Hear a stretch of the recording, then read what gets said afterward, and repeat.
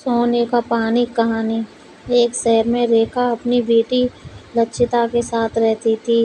रेखा के पति का देहांत हो चुका था। वह लोगों के घरों में काम करती थी। लक्षिता को ढंग से पढ़ाने के लिए रेखा दिन रात काम करती थी। लक्षिता भी पढ़ने में बहुत तेज थी। एक दिन जब रेखा घर आती है, लक्षिता, माँ देखो, मुझे स्कूल से इनाम में ये ट्रॉफी मिली है। मैं स्कूल में रेखा, बेटी, ऐसे ही मेहनत से पढ़ाई करते रहे। मेरा सपना है कि तू पढ़ लिख कर एक बड़ी अफसर बन जाए। लक्षिता, लेकिन माँ, मैं अभी केवल छठी क्लास में हूँ, उसमें तो बहुत समय लगेगा। रेखा, कोई बात नहीं बेटा, मैं बहुत मेहनत करके तुझे पढ़ाऊंगी, तू चिंता मत कर, बस मन लगाकर पढ़। इसी तरह समय बीत रहा था। एक दिन रेखा अपने काम से वापस आ रही थी, तभी रास्ते में उसे एक लड़की का बक्सा पड़ा दिखा। पहले तो रेखा आगे बढ़ गई, लेकिन फिर उसने देखा कि उस बक्से में कुछ चमक रहा है। रेखा ने डरते डरते वह बक्सा खोला तो उसमें बहुत सारे सोने के जेवर थे। रेखा को अपनी आंखों पर विश्वास नहीं हुआ। वह इधर उधर देखने लगी, लेकिन वहाँ कोई नहीं था। रेखा बक्से को उठाकर घर ले आई। रेखा, देख बेटी, मुझे क्या मिला, इतने सारे जेवर, अब हमें कभी पैसे की कमी नहीं होगी। लक्षिता, माँ, ये कहाँ से आए? रेखा, बेटी, यह लगता है भगवान जी ने हमारे दुखों को दूर करने के लिए भेजे हैं, लेकिन तू इसके बारे में किसी से कुछ मत कहना। रेखा बक्से को संभाल कर छुपा कर रख देती है। अगले दिन उस बक्से में से एक अंगूठी निकालकर बाजार में एक सुनार की दुकान पर बेचने जाती है। रेखा, भैया, मुझे ये अंगूठी बेचनी है। सुनार अंगूठी लेकर उसकी जांच करता है, फिर वह कहता है, सुनार, ये अंगूठी कहाँ से लाई हो? यह तो नकली है, इस पर केवल सोने का पानी है, अंदर तो सब पीतल ही है, पीतल है, इसके तो कोई 2 रुपए भी नहीं देगा। यह सुनकर रेखा परेशान हो जाती है।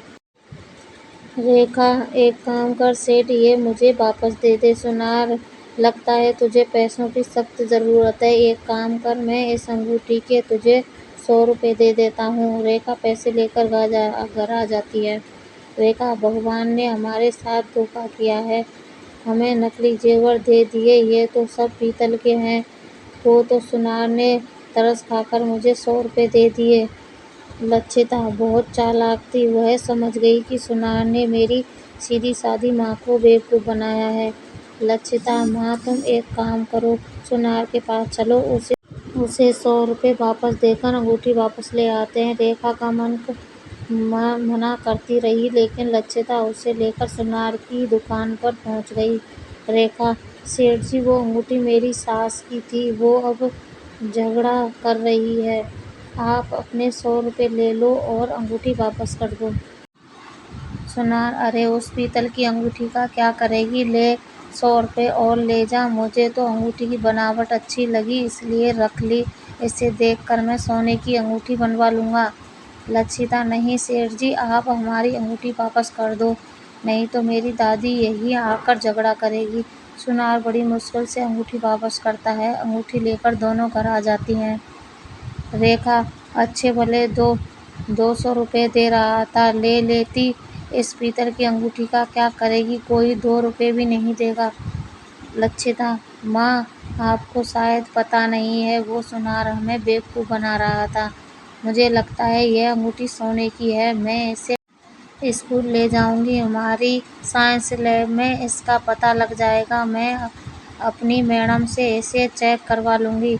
अगले दिन लक्षिता खुशी खुशी घर आई। शाम को जब रेखा वापस आई तो लक्षिता ने उसे बताया। लक्षिता, माँ, ये अंगूठी सोने की है, उस सुनार की नीयत खराब हो गई थी, मेरी मैडम ने चेक करके बताया है कि यह असली सोने की है और इसमें जरा भी मिलावट नहीं है।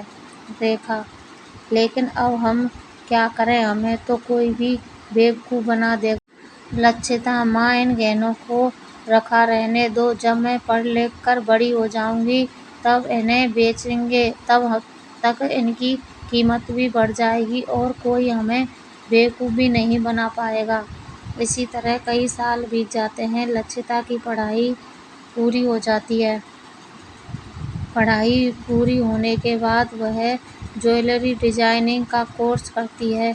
इसके बाद वह कुछ गहने बेचकर मार्केट में एक दुकान खरीद लेती है। फिर दुकान के पिछले हिस्से में सोने के कारीगरों को नौकरी पर रख लेती है। इसके बाद इन गहनों को पिघलाकर सुंदर सुंदर गहने बनवाकर दुकान में सजा देती है। लक्षिता और उसकी माँ दोनों दुकान पर बैठ जाती हैं। लक्षिता नए नए डिजाइन के गहने बनवाती जिससे उसके गहने हाथों हाथ बिक जाते। कुछ ही दिनों में उनकी दुकान अच्छी चलने लगती है। एक दिन दुकान पर वही सुनार आता है। सुनार, बेटी क्या तुम मेरे लिए गहने डिजाइन कर दोगी? मेरे पुराने डिजाइन के गहने कोई नहीं खरीदता। लक्षिता, जी नहीं, आप सोने को पीतल के भाव में खरीद कर लोगों को बेवकूफ़ बनाते हो।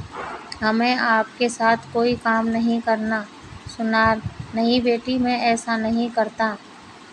रेखा, सेठ जी आप भूल गए, एक बार मैं आपकी दुकान पर आई थी। फिर रेखा ने सारी बात बता दी। सुनार, बेटी मेरे से गलती हो गई, मुझे माफ़ कर दो, मेरा सारा धंधा चौपट हो गया। लक्षिता, नहीं, आप चले जाइए। सुनार चुपचाप वापस चला जाता है।